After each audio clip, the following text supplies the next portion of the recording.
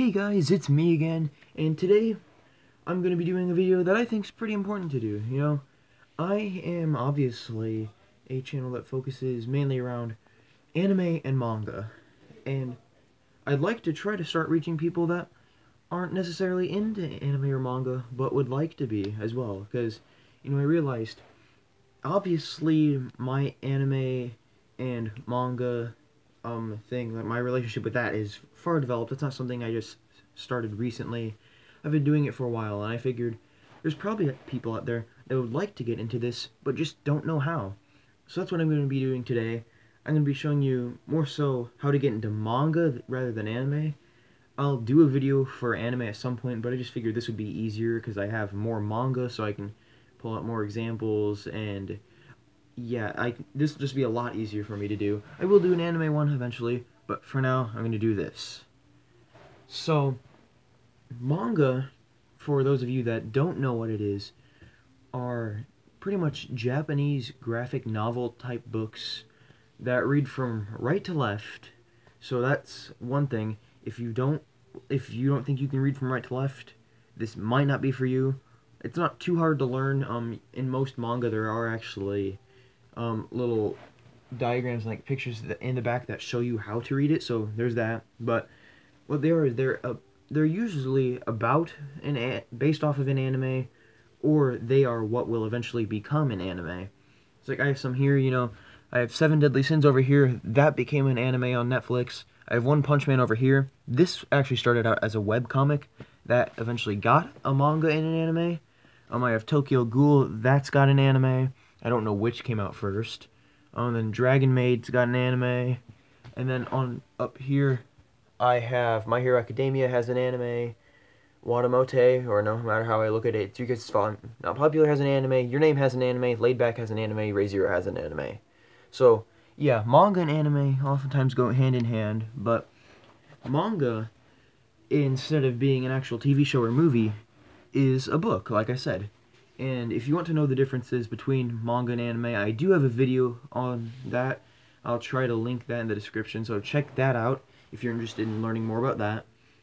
But manga is great, and I love it, and I hope that I can help you guys. But one thing that can help you get started is, first, you want to decide, and this is probably, in my opinion, the thing you should do first.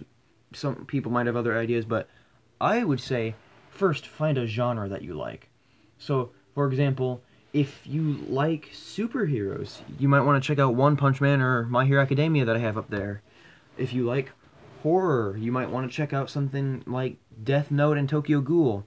I personally don't think those are scary, but they are part of a horror subgenre of anime that exists. If you like fantasy and adventure, you might like something like Seven Deadly Sins or Re:Zero. If you like romance, you might want to check out a movie like Your Name. If you like things that are just casual things about people's lives, there's a genre called Slice of Life, which just follows the life of a particular character. And there's not a whole lot of action, but it follows them throughout their day-to-day life, and that's pretty great too. So pick what genre you like the most, and then do some research online to see what kind of anime or manga, in this case manga, are in that genre. And if you find one that looks interesting, check it out. Read the description on it. Look into finding the manga somewhere online or in stores. And you can go to places like Barnes & Noble, I know has a lot of manga. Amazon has a lot of manga. That's where I get all mine for. It's real cheap there. Or if you don't feel like you're willing to start spending money on manga right away, there are websites online that let you read it for free. Now, I don't know how legal that is. I don't really read manga online, so I don't have to worry about that. It might not be the most legal thing, but if you're not too worried about that, that is an option, and I know a lot of people like that. Now, also, one thing you're going to want to figure out before you start getting manga is how much you're going to be willing to spend on it. Now, manga are usually around $10 to $12 per volume, so it's not too expensive. But when you get a whole lot like this, it starts to add up. And this isn't even all. There's manga behind these, a whole nother row just like this, and then same with that. So it adds up after a while. But if you're willing to put down that money and dedicate that to this as a hobby or just something you like to do for fun, go for it. It's totally worth it. And it's again, it's only like $10 to $12, so you could pick up like one or two a week or something like that. You're only spending like $10 or $20 a week. That's not a whole lot for most people. And again, if you can't afford that, there are always the online alternatives. But this is mainly for people that want the physical things. And then also, with physical manga, it's important that if you're planning on collecting a lot, it's important that you have space. Like, for example, I have my 2 bookshelves here. These didn't used to be for manga. These used to be shelves for just normal things. Like, I had other books on here. I had a bunch of other stuff. I had to spend several hours rearranging everything on those shelves, putting them somewhere else, so that I have room for my manga collection. But they don't take up a whole lot of space. You can put them on shelves like this. You can put them in boxes if you want and just shove the boxes in your closet. You can line them up on desks or counters. If you have like a wall you could line them up against on top of that, that could look nice. You could just put them all over, and some of them even have really nice covers, so you could use them for decorative things too. You know, you just put it there to act, and if the cover looks nice, it could, and depending on how you decorate your house, it could accent the room or something like that. Again, I don't decorate rooms a whole lot, so I'm not too certain on how well that would work, but I'm sure you could pull it off if you tried hard enough.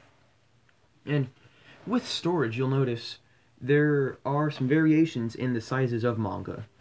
So the size that I found is pretty typical is about this. This is My Hero Academia right here. This is pretty typical as far as the size of anime goes. Well, not anime, manga. So it's, I don't know how thick that is, but that's about the width of a finger. So not too thick. And that's the height. It's about, if I spread my hand out, it's about that size. And it's a little wider than my hand, so it's not super big. But there, like I said, there are variations in sizes. For example, I have, no matter how I look at it, it's You Guys' Fault I'm Not Popular right here. And if I put this next to My Hero Academia, you'll notice it's a lot thinner than My Hero Academia. So and just because it's thin though doesn't mean there's less pages. Like I think the paper might be the thing that's thinner, because I noticed that no, it doesn't feel like, I don't know. But somehow they do manage to get about the same number of pages in here despite it being way thinner, and it'll take around the same amount of time to read. But yeah, that's a nice thing. If you want to get as many manga as possible and you're tight on space, you could try to find things that are thinner like this so you can line up more. But in the grand scheme of things, it doesn't make a huge difference if you're planning on getting a bunch, because either way, these are both going to take up a lot of space after a while.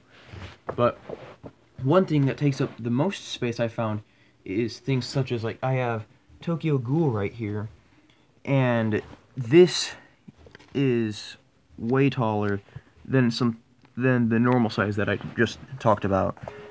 Here's a normal manga size up against this.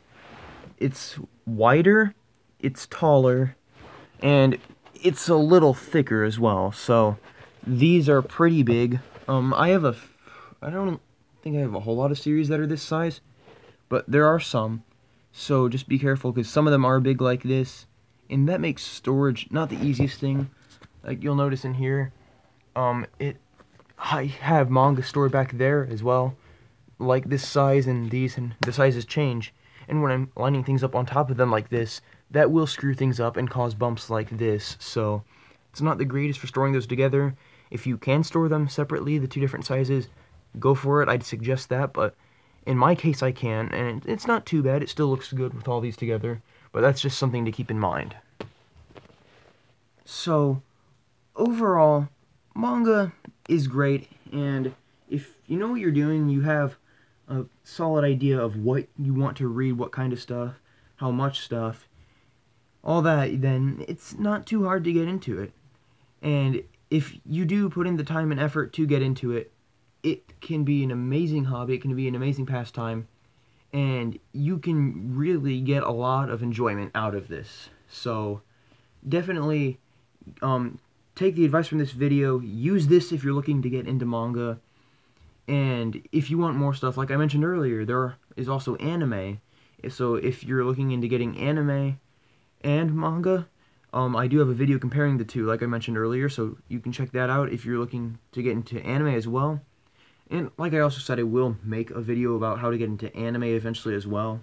It's pretty similar for the most part, but I will still make a video on that. But yeah, guys, I wish you a lot of luck with getting into the world of manga. I hope you really enjoy it. I hope you love it as much as I know I do. And yeah, thank you guys so much for watching. Make sure to like, comment, and subscribe. And as always, I will see you guys next time.